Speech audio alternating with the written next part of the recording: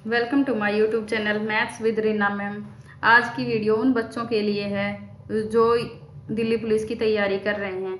जो ये मेरे से बार बार बोल रहे थे कि मैडम प्लीज़ अपना एक्सपीरियंस बताएं कि आपने तैयारी कैसे करी थी। तो आज की वीडियो में मैं सिर्फ अपना एक्सपीरियंस शेयर करूंगी कि मैंने अपनी दिल्ली पुलिस की तैयारी कैसे करी थी। वीडियो शुरू करने से पहले मैं अपने बारे में थोड़ा सा बता देती हूँ। मेरा नाम रीना है। मैंने दिल्ली पुलिस का एग्ज़ाम 2 बार दिया है। 2018 बैच में एज ए कांस्टेबल और 2022 में as head constable wireless operator. चलिए शुरू करते हैं आज की वीडियो। देखिए, कोई भी एग्जाम क्लियर करने के लिए सबसे ज़रूरी क्या है? दो चीज़ें सबसे ज़रूरी हैं। एक हमारा टाइम टेबल, दूसरा हमारा मोटिवेशन। जैसे मिडिल क्लास बच्चे हैं उनके लिए सबसे बड़ा मोटिवेशन क्या होता है? दिल्ली पुलिस की सैलरी और उनके घर का कंडीशन। जैसे कोई भी अगर हम एग्जाम की तैयारी कर रहे हैं तो उसके लिए सबसे ज़रूरी है कि हमारा टाइम टेबल सही होना चाहिए कि हमें अपनी पढ़ाई को कितना समय देना है। मान लो एवरेज बच्चे जो अच्छे से तैयारी करना चाहते हैं और जो सच में सिलेक्शन पाना चाहते हैं ना, उनको पढ़ाई में कम से कम भी 6 से 8 घंटे देने ही देने चाहिए। क्योंकि मान लो किसी भी कोई भी एग्जाम होता है उसमें कम से कम 4 सब्जेक्ट होते हैं। 4 सब्जेक्ट होते हैं। किसी में इंग्लिश मिल जाएगी, किसी में इंग्लिश नहीं होगी तो हिंदी होगी, किसी में कंप्यूटर होगा, किसी में कुछ होगा। 4 सब्जेक्ट तो कम से कम होंगे ही होंगे। और अगर एक सब्जेक्ट का भी हम 2 घंटे मान के चलें, 2 घंटे मान के चलें तो सीधे सीधे हमारे 8 घंटे बनते हैं। तो अगर आप जैसे मान लो हम दिल्ली पुलिस की तैयारी कर रहे हैं, तो दिल्ली पुलिस में अगर आप तैयारी कर रहे हो ना, तो अभी से मान लो कि आप दिल्ली पुलिस में ही हो और आपको 8 घंटे की ड्यूटी करनी है। ये 8 घंटे की ड्यूटी आप अपनी पढ़ाई में लगाओ। बहुत सारे अब भी बच्चे ऐसे हैं, मैं अपना भी बताती हूँ, मैं अपनी ड्यूटी भी करती हूँ 8 घंटे की और उसके साथ साथ मैं अपनी पढ़ाई भी करती हूँ। तो देखो 8 और मान लो मैं 4 घंटे स्टडी करती हूँ तो मेरी ड्यूटी कितनी हो गई? 12 घंटे की। अभी आप तो ड्यूटी भी नहीं कर रहे हैं, आप तो बिल्कुल फ्री हो, आपके पास पढ़ने के लिए बहुत सारा टाइम है। तो कम से कम एक दिन में आप अपने लिए 6 से 8 घंटे स्टडी को जरूर दें। तो सबसे ज़रूरी पहला जो स्टेप है तैयारी का वो हो गया हमारा टाइम टेबल। ठीक है, अपना टाइम टेबल बनाइए। टाइम टेबल इस हिसाब से बनाओ जिस हिसाब से आपका बेस है। बेस है जैसे कि मान लो आपकी जीके ठीक है, आपके पास 10वीं 12वीं में आर्ट थी, आपके पास जीके थी, तो आपको ठीक ठाक जीके आती है, आपको हिस्ट्री भी आती है, पॉलिटी भी आती है, आपको भूगोल भी आता है। तो फिर मान लो उस टाइम पे आपके पास मैथ नहीं है। जिस बच्चे के पास मैथ नहीं है तो उसका रीजनिंग भी थोड़ा वीक मिलेगा। तो आप इस हिसाब से अपना टाइम टेबल बनाओ कि आप मैथ को थोड़ा ज़्यादा टाइम दे पाओ, है ना। और या फिर जैसे साइंस के स्टूडेंट हैं, उनके पास 10वीं 12वीं में मैथ होगा तो उनका मैथ अच्छा मिलेगा, लेकिन उनको जीके में वीक मिलेंगे क्योंकि उन्होंने जीके पढ़ी ही नहीं। उन्होंने 9वीं क्लास तक, 9वीं 10वीं क्लास तक जीके पढ़ी है ना। तो इस हिसाब से अपना टाइम टेबल बनाओ। आपका वीकनेस और आपकी जो स्ट्रोंग है पॉइंट है वो आपको पता है, मेरे को नहीं पता। अब मैं आपको बोल दूं कि आप जीके में 2 घंटे दो, मैथ में आप 1 घंटा दो, क्योंकि मेरा तो मैथ अच्छा है, मेरे को मैथ में कम टाइम देने का वो होता था और मैं अपना जीके को ज़्यादा टाइम देती थी। अब आपको पता है कि आपका कौन सी जगह आपका स्ट्रोंग पॉइंट है और कौन सी जगह वीक पॉइंट है, किस सब्जेक्ट में आपका बेस क्लियर है और किस सब्जेक्ट में आपका बेस क्लियर नहीं है। तो आप उस हिसाब से अपना एक प्लान बनाएं, अपना एक टाइम टेबल बनाएं कि आपको किस सब्जेक्ट को कितने घंटे देने हैं। लेकिन कम से कम 6 से 8 घंटे का स्टडी ज़रूरी है। चाहे वह कोई भी एग्जाम है, चाहे दिल्ली पुलिस है, हरियाणा पुलिस है, चाहे एसएससी का कोई भी एग्जाम है, कम से कम 6 से 8 घंटे की स्टडी तो चाहिए ही चाहिए। ठीक है, चलिए देखते हैं हमारे दिल्ली पुलिस में कौन से सब्जेक्ट से हमारे कितने नंबर आते हैं। सबसे पहले हमारा दिल्ली पुलिस में जीके आती है 50 नंबर की, जिसमें जीके प्लस करंट अफेयर होती है ना। फिर आता है हमारा मैथ। मैथ हमारा आता है 15 नंबर का। रीजनिंग आती है 25 नंबर की और कंप्यूटर आता है हमारा 10 नंबर का। ठीक है, तो अब देखते हैं कि इन सब की तैयारी करने के लिए कौन कौन सी बुक, अभी जो करंट स्टेटस है, अभी जो फिलहाल में है, कौन कौन सी बुक अच्छी हैं इन सब की तैयारी करने के लिए। क्योंकि जब मैं तैयारी करती थी तो उस टाइम पे ऑनलाइन का पढ़ाई का बिल्कुल भी क्रेज नहीं था। मैंने जितने भी अपनी स्टडी करी है पूरा मैंने ऑफलाइन से किया था। जो भी हमारे सेंटर पे हमारे टीचर्स द्वारा हमें पढ़ाया जाता था, घर आके मैं उसकी प्रैक्टिस करती थी। 1 बार नहीं, 2 बार नहीं, 3 बार नहीं, जितनी बार प्रैक्टिस करती थी जितनी बार तक मेरे को अच्छे से समझ में नहीं आती थी वो चीज़। तो सेल्फ स्टडी मोस्ट इम्पोर्टेंट है, और साथ ही साथ कोई भी ऑफलाइन या ऑनलाइन बैच होना भी ज़रूरी है। जो बच्चे बिल्कुल शुरू से तैयारी कर रहे हैं तो एक बार जो गाइडलाइन होती है, टीचर की जो गाइडलाइन होती है, वो मोस्ट इम्पोर्टेंट होती है ना। सेल्फ स्टडी उसके बाद ही कर पाते हैं जब हमारा बेस क्लियर होता है, और जो बेस हमारा तभी क्लियर होगा जब हम किसी टीचर से पढ़ते हैं। 10वीं 12वीं में पढ़ना बहुत अलग चीज़ है और कंपटीशन के लिए पढ़ना बहुत अलग चीज़ है। जो हमने 10वीं 12वीं में पढ़ा वो हमने थ्योरेटिकल पढ़ा, जैसे 20 नंबर का क्वेश्चन आता था, 10 नंबर का क्वेश्चन आता था, हम उस हिसाब से मैथ पढ़ते थे या उसी हिसाब से हम अपना जीके पढ़ते थे। जैसे मान लो हिस्ट्री का क्वेश्चन आ गया कि अकबर के बारे में लिखो, तो हम अकबर के बारे में सारी चीज़ें लिखते थे, और अकबर के बारे में हमें सारी चीज़ें एक एक लाइन को हम 20 बार लिखते थे ताकि नंबर अच्छे आए। लेकिन अब हमें वैसे स्टडी नहीं करनी, हमें कैसे स्टडी करनी है, अकबर के जो मोस्ट इम्पोर्टेंट जो बनते हैं फैक्ट कि उसने क्या क्या काम किए, कौन कौन से उसके युद्ध थे, किसके साथ उसकी शादी हुई, कौन सी उसने इमारतें बनवाई, ये सारी चीज़ें पढ़नी होती हैं और यही हमारे एग्जाम में पूछी जाती हैं। तो एक बार गाइडलाइन लेना बहुत ज़रूरी है, वो चाहे आप ऑफलाइन बैच लें चाहे ऑनलाइन बैच लें। ऑनलाइन बैच में अगर आपको अच्छे से समझ में आता है तो ऑनलाइन बहुत अच्छी बात है, लेकिन मेरा तो मानना है कि आप ऑफलाइन बैच लें।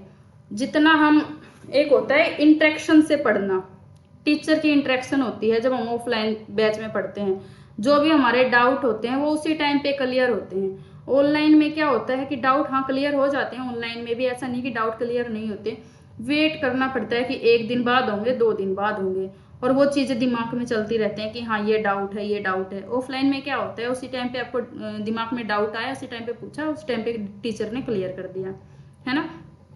जरूरी ही नहीं कि आप दिल्ली में ही, मुखर्जी नगर में ही आके कोचिंग लें। मैंने अपने हरियाणा में रह के, नहीं होता कि हाँ बहुत बड़ा ही सेंटर होना चाहिए कि बच्चे अगर तैयारी कर रहे हैं, हाँ नौकरी लगना है तो भाई मुखर्जी नगर चले जाओ, बिल्कुल भी नहीं।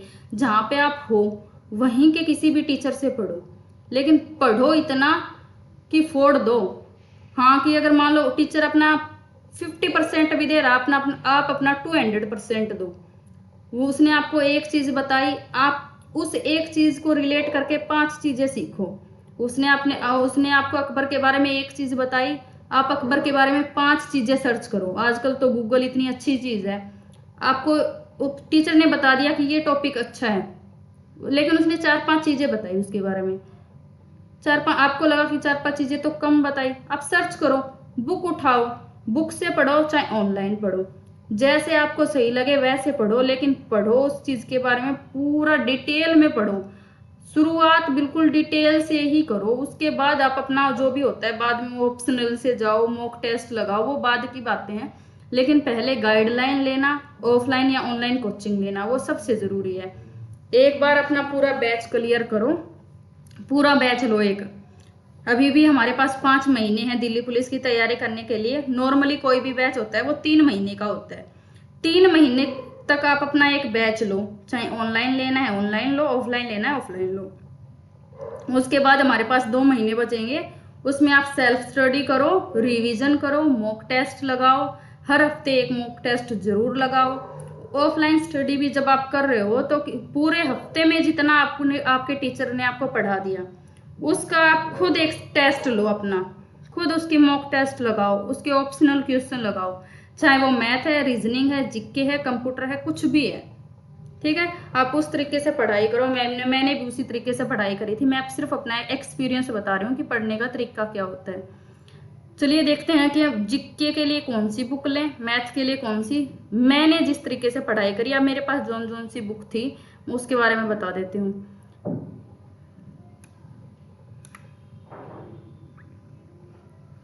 सबसे पहले मैथ के लिए जो मैं सजेस्ट बुक करूंगी वो हमारी राकेश यादव की बुक, ठीक है। बाकी आपको जोन सी मैथ की बुक अच्छी लगे आप वो ले सकते हो, लेकिन जो मेरे हिसाब से अच्छी है वो एक तो राकेश यादव की बुक है ना, राकेश यादव की। एक किरण पब्लिकेशंस की बुक भी बहुत अच्छी आती है। तो आपको जिस बुक से पढ़ना अच्छा लगे, जोन सी बुक आपको लेनी है वो आप बुक ले लो, लेकिन वही है आप ऑफलाइन बैच जरूर लें। ऑफलाइन क्लास में आपको क्या होगा कि एक सब्जेक्ट से, एक किसी भी टॉपिक से 10 से 12 क्वेश्चन करवा देंगे, है ना। हर एक टॉपिक से एक क्वेश्चन करवा दिया, एक टाइप से एक क्वेश्चन करवा दिया, एक टाइप से 2 क्वेश्चन करवा दिए, लेकिन बुक में आपको क्या होगा कि उस टाइप के 20 क्वेश्चन मिलेंगे। क्लास में तो आपने 1 से 2 क्वेश्चन किए, लेकिन आप घर आके उस एक टाइप के 20 क्वेश्चन करके देखो तो आपका अपने आप ही बेस क्लियर हो जाएगा, कभी नहीं भूलोगे आप उस क्वेश्चन को। तो इसलिए एक बुक होना बहुत जरूरी है। एक बुक तो आपके पास मैथ की जरूर होनी चाहिए, वो आप पे डिपेंड करता है कि आपको कौन सी बुक अच्छी लगती है। जो आपके पास ऑलरेडी बुक है ना, उसी से पढ़ो। जरूरी नहीं कि मैंने बोल दिया राकेश यादव की बुक होनी चाहिए, आपके पास पहले से जो मैथ की बुक है आप उससे पढ़ो, ठीक है। लेकिन वही है कि अगर आपको जो भी ऊपर उसमें क्लास में करवाया जाता है उसकी प्रैक्टिस जरूर करनी है, सेल्फ स्टडी आके जरूर करनी है। राकेश यादव की बुक में हमारे ये सारे टॉपिक हैं जो भी हमारा मैथ है, ठीक है। इसमें आप इसी तरीके से पढ़ेंगे, इसी तरीके से तैयारी करेंगे। उसके बाद हमारी रीजनिंग की बुक, देखो मैंने मैथ के लिए भी बताया कि किरण की बुक आती है, यही सेम रीजनिंग की बुक है, यही बुक मेरे पास थी। अब रीजनिंग की, तो रीजनिंग की सिर्फ प्रैक्टिस होती है, उसका कोई बेस क्लियर नहीं करना होता, रीजनिंग की सिर्फ प्रैक्टिस करनी होती है। रीजनिंग का मतलब ही तर्क शक्ति होता है ना, हिंदी में जो रीजनिंग है उसको तर्क शक्ति बोलते हैं। तो जिस बच्चे की तर्क शक्ति अच्छी होगी, समझ शक्ति अच्छी होगी, जो सोचेगा अच्छे से, उसकी रीजनिंग अच्छी होगी। तो रीजनिंग में भी टाइम देना बहुत जरूरी है। सीरीज के क्वेश्चन बहुत पूछे जाते हैं किसी भी एग्जाम में, तो रीजनिंग की तैयारी आप बुक से करिए। ऐसा नहीं कि सिर्फ जो भी आपको क्लास में करवाया सिर्फ आप उतना ही करें। एक बुक लीजिए रीजनिंग की भी, आप उससे तैयारी कीजिए, उसके क्वेश्चन कर करके देखिए, आपकी अच्छे से प्रैक्टिस हो जाएगी। प्रैक्टिस बहुत जरूरी है, प्रैक्टिस करना सबसे इम्पोर्टेंट है। सेल्फ स्टडी करना बहुत जरूरी है। एक बार अपना पूरा बैच करिए और उसके बाद प्रैक्टिस।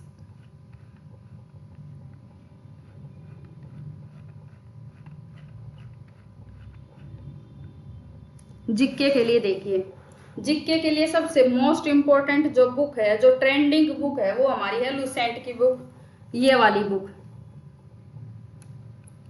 ठीक है। लुसेंट से जिस बच्चे ने जीके पढ़ ली, जिस बच्चे ने एक बार पूरी लुसेंट पढ़ ली, उसकी जीके बिल्कुल क्लियर है।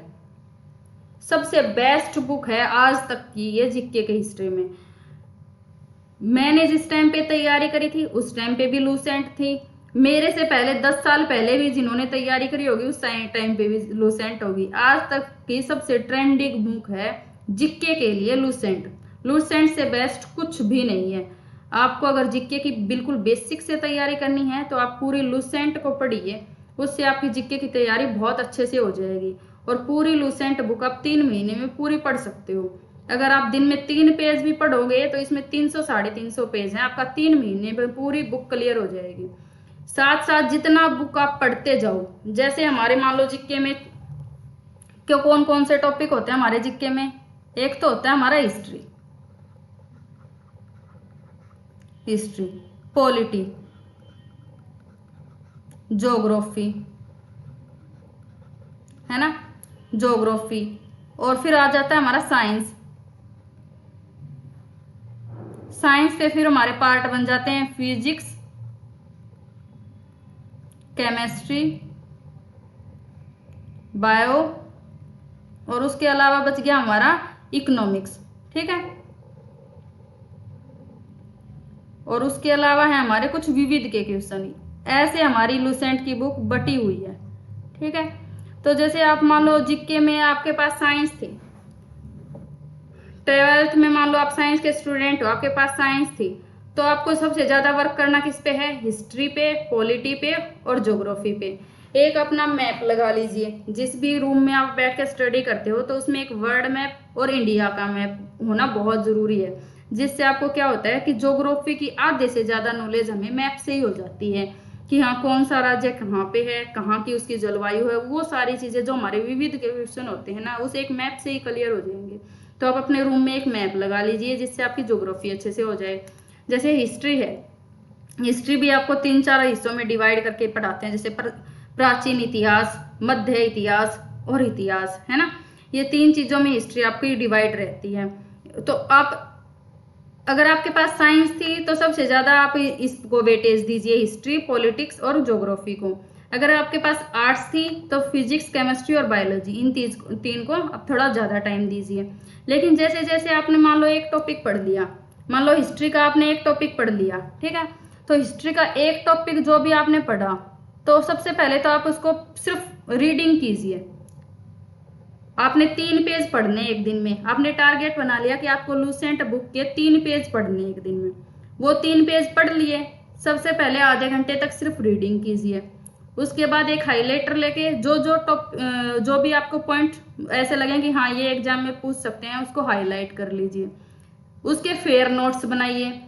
3 बार प्रैक्टिस होगी ना, एक बार रीडिंग, दूसरी बार जब हमने हाईलाइट किया, मेन पॉइंट पढ़े, तीसरी बार जब हमने नोट्स बनाए, चौथी बार हमें एक बुक लेनी है जो हमारी ऑप्शनल आती है लूसेंट की।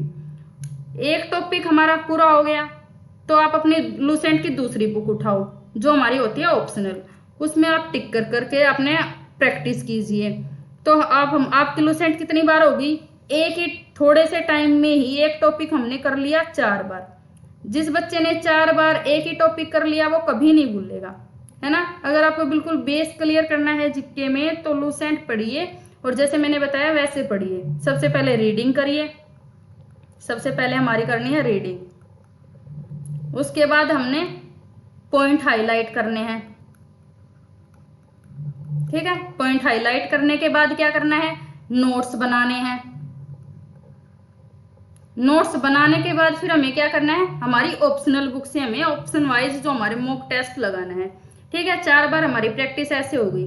फिर जो हमारा जो एक पूरे वीक में हमारा हुआ, जो भी हमने पूरे वीक में पढ़ा, वो सारा हम सिर्फ एक हफ्ते में जो भी हमारा संडे होता है उसमें हम अपना पूरा प्रैक्टिस कर लेंगे, जिससे हमारी जीके है वो स्ट्रांग होगी। मैं तो ऐसे ही करती थी, जैसे पूरे वीक में हमें जो पढ़ाया तो संडे वाले दिन कम से कम 2 घंटे बैठ के सिर्फ उसी का रिवीजन करना, उसी को लिख लिख के देखना।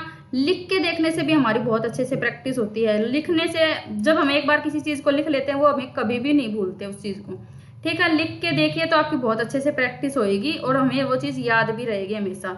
तो नोट्स बनाना बहुत जरूरी होता है जीके के लिए। बहुत सारे बच्चे क्या करते हैं कि हमारा टाइम वेस्ट होगा अगर हम नोट्स बनाएंगे। बिल्कुल भी टाइम वेस्ट नहीं होता, वो हमारा टाइम यूज होता है। तो नोट्स बनाना मोस्ट इम्पोर्टेंट है। जो भी हम पढ़ें उसके नोट्स जरूर बनाएं, है ना। ये मेरा आपके लिए एक सजेशन भी है और एक गाइडलाइन भी है कि जो भी आप जीके में पढ़ें उसके नोट्स जरूर बनाएं, चाहे हमारे पास कितना ही टाइम है। बहुत सारे बच्चे ये एक्सक्यूज दे देंगे कि मैडम अभी हमारे पास इतना टाइम थोड़ी है कि हम नोट्स बनाएं। बिल्कुल है, जितना आप रीडिंग कर रहे हो साथ साथ उसको नोट ही तो करना है। नोट करेंगे, एक बार पढ़ेंगे दिमाग में वो चीज आएगी, लिखेंगे तो भी दिमाग में दूसरी बार चीज आएगी। तो एक चीज की 4 से 5 बार प्रैक्टिस होगी तो हमें याद हो ही जाएगी, ठीक है। तो नोट्स जरूर बनाने, ये मेरा एक आपके लिए सजेशन है, ठीक है। देखिए इस तरीके से आप हमारी पूरी लूसेंट बाकी जो है वो डिवाइड कर रखी है। इतिहास में भी जैसे प्राचीन इतिहास है, मध्यकालीन इतिहास है, आधुनिक इतिहास है ना, विश्व इतिहास है। फिर उसके बाद हमारा है भूगोल, पर्यावरण। तो ये सारी चीजें आप इस तरीके से जैसे लूसेंट में हमें दे रखा है ना, इसी तरीके से पढ़िए, ठीक है। विविध है और इस हमारी इसमें जो लूसेंट में है उसी में हमें कंप्यूटर भी मिल जाता है। तो जो हमारा कंप्यूटर है वो भी अगर आप चाहो तो इसमें भी पढ़ सकते हो। और एक RSCIT का बुक आती है कंप्यूटर को लेके, उसमें 1000 क्वेश्चन मुश्किल से आते हैं। वो एक PDF लगा लो, अगर आप ऑनलाइन सर्च करोगे तो उसकी आपको PDF भी मिल जाएगी। 20-25 पेज की वो PDF होती है, उसमें 1000-1200 क्वेश्चन आपको मिलेंगे। तो कंप्यूटर के लिए तो आप वो 1000 क्वेश्चन रट लो, तो उसी में से आपके 10 क्वेश्चन आएंगे, उससे बाहर कुछ भी नहीं आएगा। तो कंप्यूटर की प्रैक्टिस हमारी वहां से हो गई। जीके की प्रैक्टिस हमारी लूसेंट बुक से हो गई। जीके हमें सिर्फ लूसेंट बुक से ही पढ़ना है। ये दिमाग से निकाल दो कि हम कहीं और से जीके पढ़ेंगे तो हमारी बहुत अच्छी जीके हो जाएगी, नहीं। NCERT बुक से पढ़ लोगे तो उसमें थोड़ा टाइम ज़्यादा लगेगा। NCERT बुक से तो देखो अच्छा कुछ नहीं होता, लेकिन जो NCERT का निचोड़ है ना वो हमारी लूसेंट बुक है। तो लूसेंट बुक से हमारी जीके हो जाएगी। कंप्यूटर के लिए मैंने आपको बताया RSCIT की बुक हो गई, एक जो PDF होती है 10-15 पेज की होती है, उसमें हमारे 1000 क्वेश्चन आते हैं, उसमें हमारा कंप्यूटर क्लियर हो गया। राकेश यादव पब्लिकेशन की बुक से हमारा मैथ हो जाएगा। और रीजनिंग के लिए किरण पब्लिकेशन की बुक ले लीजिए।